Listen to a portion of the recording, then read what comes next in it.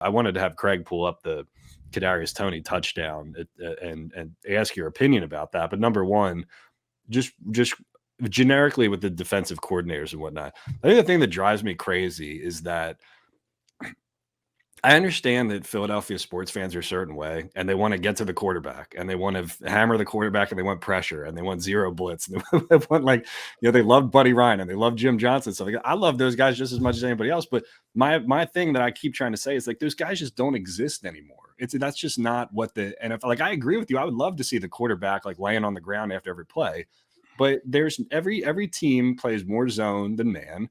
Yeah. Every team rushes for more than they send extra guys. And that's just what the game has changed. Yeah. The game has changed. The protection has changed. Backs running routes way better than ever has changed.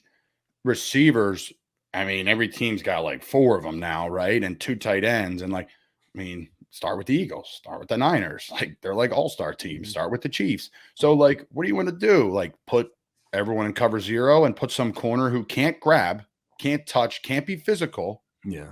Against Toney, who's like literally untouchable since he went to Florida.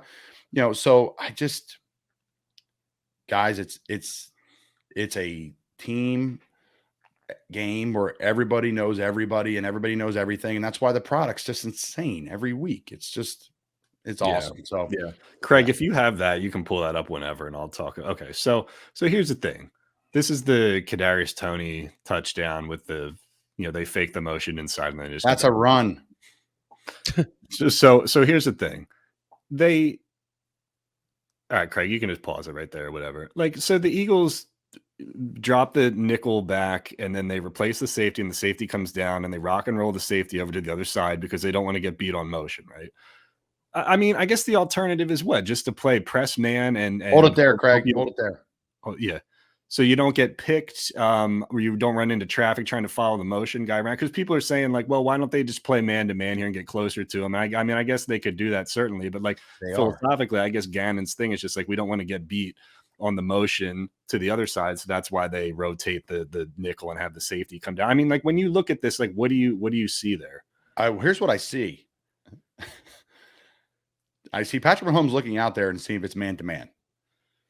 If it's not man-to-man, I wouldn't be shocked. He won't even send him in motion. They'll scrap the play, and he knows he's handing the ball off.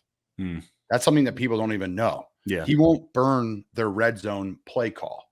Like Andy may say, hey, man-to-man here, press man-to-man. They're on the same level, which they are here. Send him in motion. Press man-to-man, maybe they're on different levels. So the nickel may be off the ball and the outside guy may be on. They may signal a play, a rub play to make that work. The old we called it swing, but the old, Seattle Seahawks pick against New England, that play. Yeah. Right? They called this corn cob. Did they? Yeah.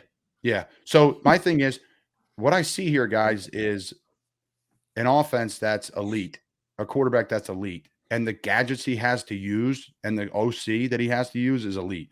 This is a run play. If you can go back to the top and all the way to the top, this is zone read with the tight end slicing back. See how the tight end's tight to the tackle? Hit play here. It should restart it and then pause it right away. Maybe it doesn't. We'll just run it until we get to the run.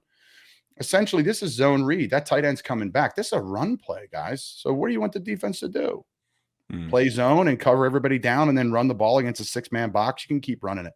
So, like, my thing is, like, guys, this is the NFL football. That's why Nick Saban says, like, I used to standard was 12 points a game. Now the standard of defense, we can let up, pause it, is I think 20 points a game. He lets his defense allow that. So the tight end's close to the tackle there. He's off the ball, so he's coming back.